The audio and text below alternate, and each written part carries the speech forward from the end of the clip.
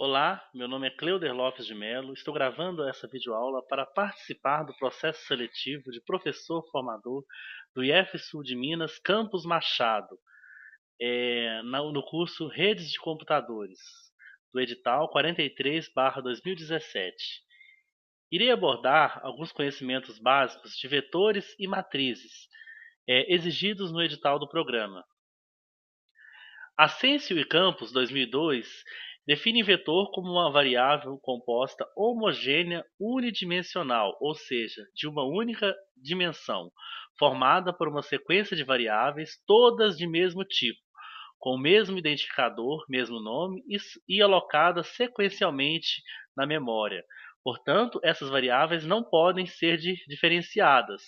Se o vetor vai armazenar nomes, não pode ter variáveis de outros tipos, como, por exemplo, números, caracteres especiais, valores lógicos.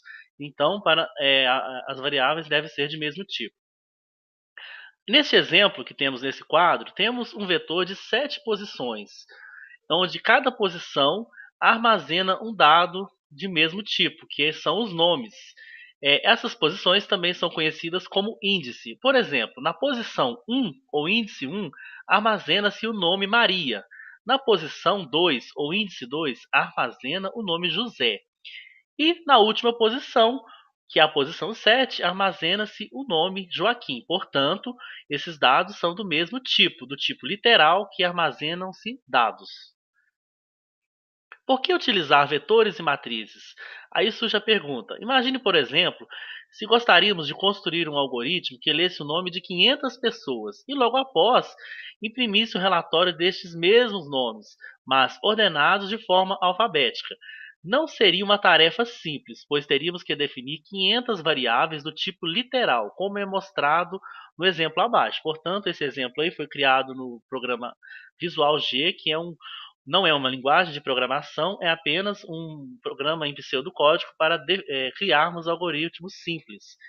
Então, o usuário teria muito mais trabalho, o código ficaria super extenso e a finalidade dos vetores e das matrizes é resolver problemas desse tipo, para reduzir o código e facilitar a vida do usuário.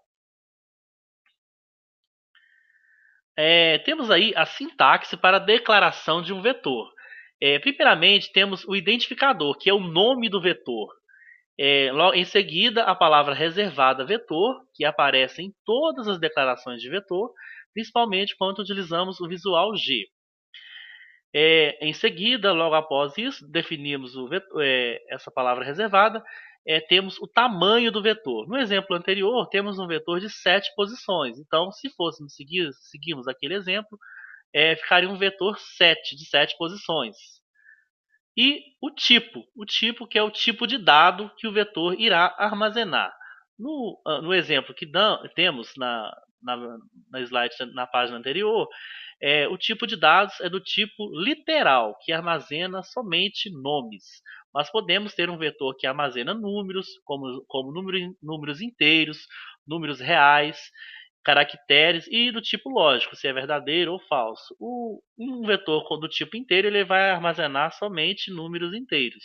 Se for real, ele pode armazenar números fracionários, números decimais e também números inteiros. Aí temos o exemplo de uma declaração de vetores. O primeiro exemplo é: declare um vetor de 5 posições para guardar nomes. Então, o exemplo ficaria da seguinte forma: nomes, que é o nome do vetor, seguido da palavra reservada vetor, de 1 até 5, pois o vetor é de 5 posições, para guardar 5 conteúdos. E é um vetor do tipo literal, ou seja, para guardar nomes. O segundo exemplo é um vetor de 10 posições para guardar idades. Então, a idades é o nome do vetor, seguido da palavra reservada vetor, de 1 até 10, ou seja, para guardar 10 idades, que é do tipo inteiro, porque idade é somente do tipo inteiro, não pode ser número real. E abaixo temos um outro exemplo, sobre a declaração de vetor.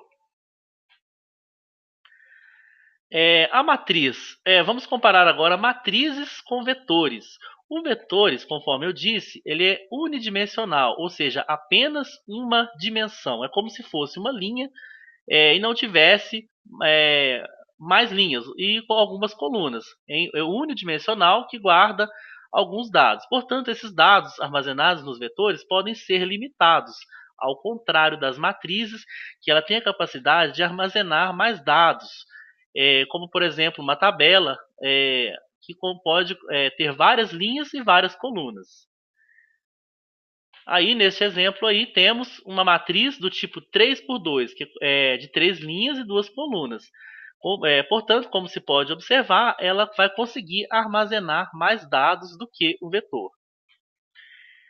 Irei dar um exemplo agora de um vetor, de um código de um vetor executado no Visual G, para a gente ver na prática o funcionamento de um vetor.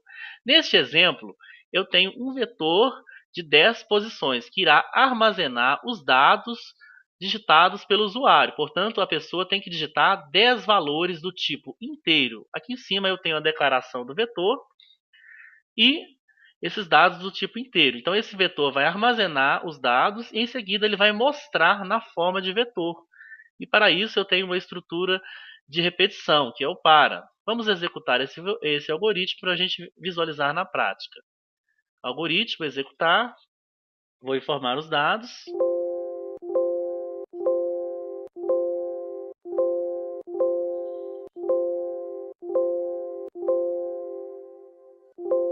Portanto, eu tenho aqui a forma dos dados que foram digitados em forma de vetor, em uma estrutura unidimensional. Então, isso é um vetor, um exemplo de vetor que mostra os dados do usuário. Desde já agradeço. Muito obrigado por participar dessa videoaula.